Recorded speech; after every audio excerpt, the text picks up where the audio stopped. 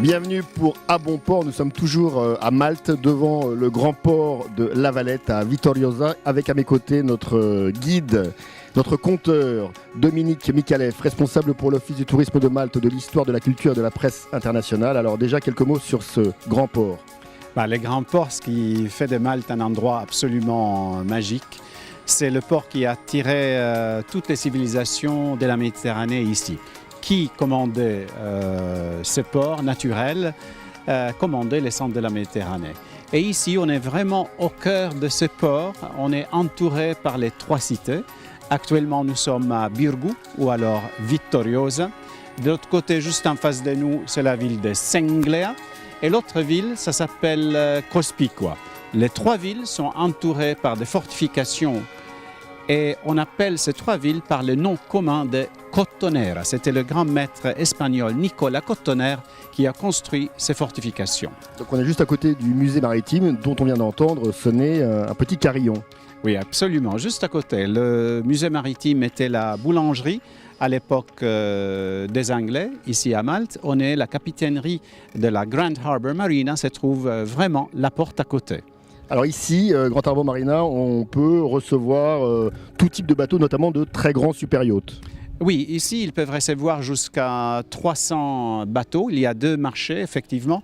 Il y a des bateaux plutôt petits, mais il y a aussi le grand super yacht qui peuvent être accueillis, surtout sous les fortifications du fort Sant'Angelo. Et donc on peut proposer ici tout un service, notamment accompagner tous les capitaines de bateaux qui arrivent, leur proposer des tas de choses. Oui, cette marina propose aux capitaines et l'équipage qui reste ici pour quelques jours, vraiment plusieurs activités. Et c'est la capitainerie qui s'en occupe de tout ça. Ils peuvent organiser des soirées pour eux, comme des événements très particuliers aussi. Et alors on accueille ici différentes régates. Oui, on accueille deux régates, surtout la régate Bailly des Soufrins qui part de Saint-Tropez fin juin. Ils arrivent ici toujours première semaine de juillet. Ça fait 14 ans que cette course est organisée pour des bateaux très spéciaux, très particuliers, magnifiques. C'est des bateaux classiques, donc tout à fait en bois. Et le spectacle ici dans la marina, quand ils arrivent ici, est absolument extraordinaire. Mais cette marina participe aussi dans le Rolex Middle Sea Race, bien que le Rolex Middle Sea Race est organisé par le Royal Malta Yacht Club, donc ils sont dans l'autre port, dans le port de Marsamxett. Ici, ils accueillent le très grand bateau, les très grands yachts qui participent dans le Rolex Middle Sea Race. Et puis ici, la capitainerie est composée notamment de femmes qui sont capables de recevoir tous ces équipages qui viennent du monde entier. La capitainerie ici est très bien située, l'accueil est absolument formidable.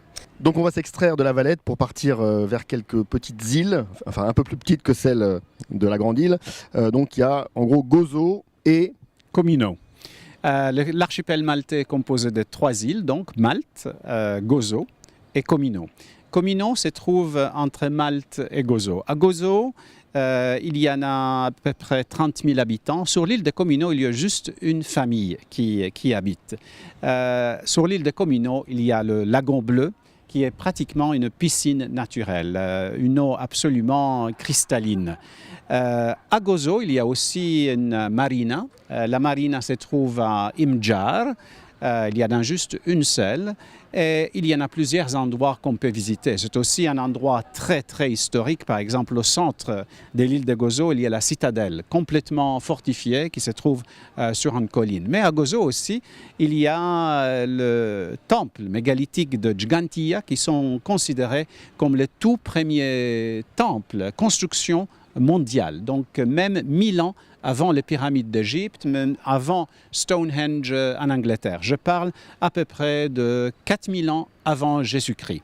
À part ça, il y a des sites naturels extraordinaires sur l'île de Gozo, comme par exemple la fenêtre d'Azur et la mer intérieure.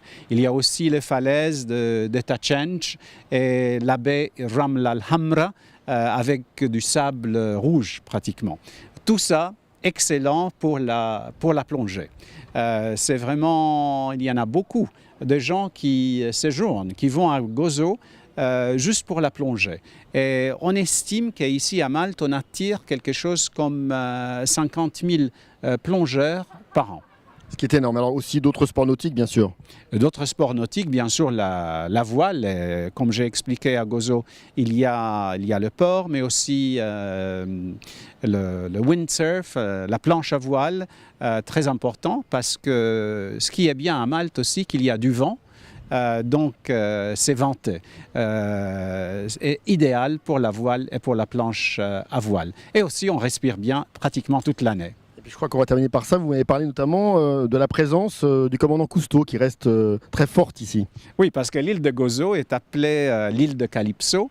Calypso est la nymphe qui attire Ulysse pendant 7 ans. Et donc l'île d'Ojiji est appelée l'île de Calypso.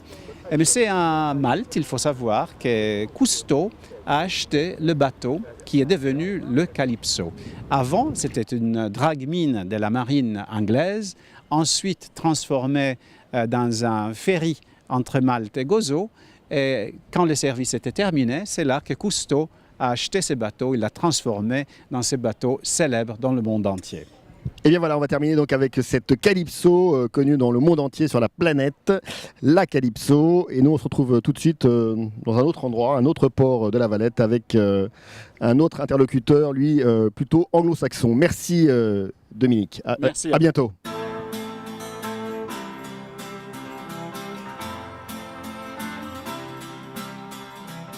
Retour et clap de fin d'À Bon Port avec à mes côtés Michael Gocci. Il est le directeur de la Malta Sailing Academy, l'école de voile de Malte ou l'académie de voile de Malte. Alors il parle anglais, on va parler anglais. Just a few words, Michael, about Malta. Quelques mots d'abord à propos de l'île de Malte. Well, the island is undoubtedly full of history and it is a walking museum. And I can tell you one thing. I will never change it for my life.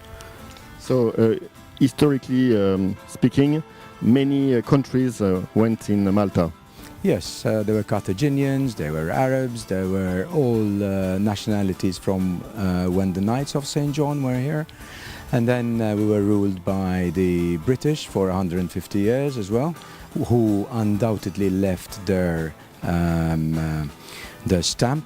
As we now mostly speak English, which is our second language. Okay, let's speak about the Malta Sailing Academy. So it's a sailing academy for yachting or also powerboat? Correct. We call it the Malta Sailing Academy because when we refer to you going out sailing, you can do it with sail or power.